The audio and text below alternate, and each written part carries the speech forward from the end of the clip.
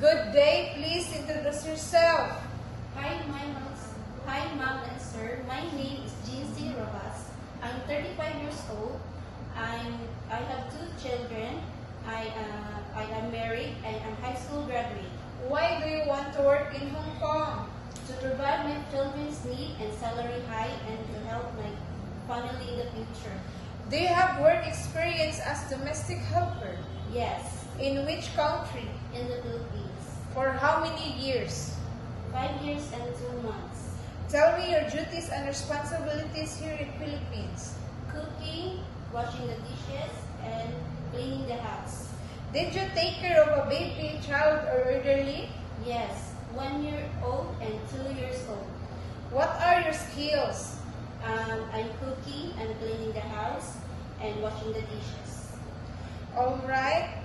What are the traits of a good domestic helper? Loving, caring, and hardworking and honest.